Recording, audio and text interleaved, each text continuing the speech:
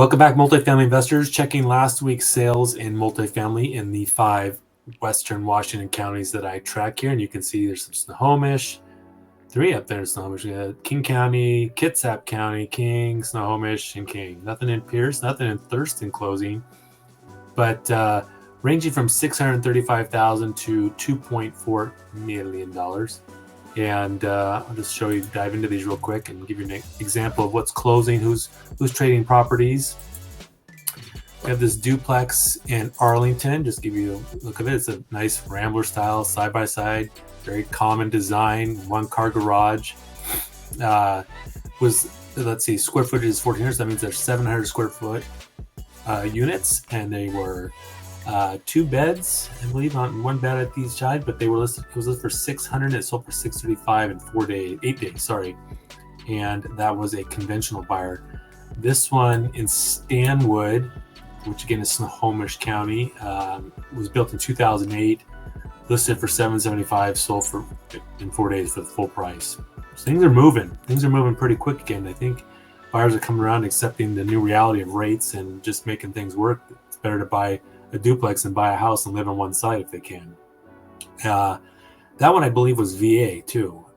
This one in Marysville was listed for $815, sold in 6 days for $815. See, so good quality stuff is selling typically relatively quickly if it's priced right. Now this one I did a video on back when it was listed before. They relisted it. When I did a tour, it was listed for $1 million. We're back on like, no way. So much airline noise and the units just weren't that great for that price.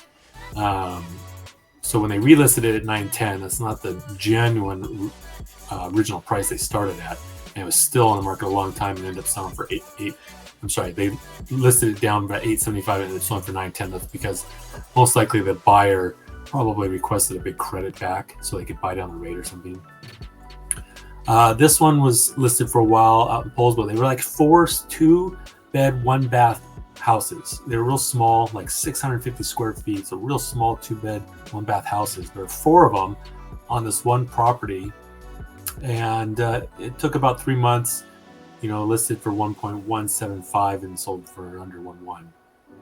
This one is, I believe it was a 4-plex, in Southwest Seattle area, Seaview neighborhood, listed for $1,050,000 and sold for over 1.14 in 13 days, so 2 weeks. This one in Monroe, again, a huge duplex. I think one side was 4 beds, the other side was 3 beds. Listed for 128, sold for 124 and some change in 18 days.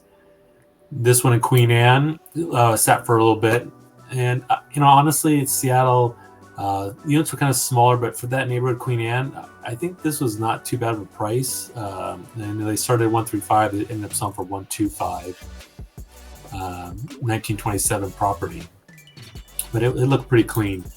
And then this 8-unit, they tried selling. This is Capitol Hill, and tried selling for 2.6. I thought with the unit mix and the age that was kind of high, and it did end up selling after a month and a half at 2.4, so $300,000 a unit for that deal. All right, there you have it. People are still making transactions out there. They're buying or selling, and what's holding you back? Let me know. Is it rates? Is it just don't have enough capital, or prices, frustrating you? But these buyers are all finding a way to make it work. Now, are they all brilliant investors? Maybe not, but I find it hard to believe that they're all making terrible decisions. They are on their way to building real estate wealth one way or another. And I'm happy to help. I track these every week.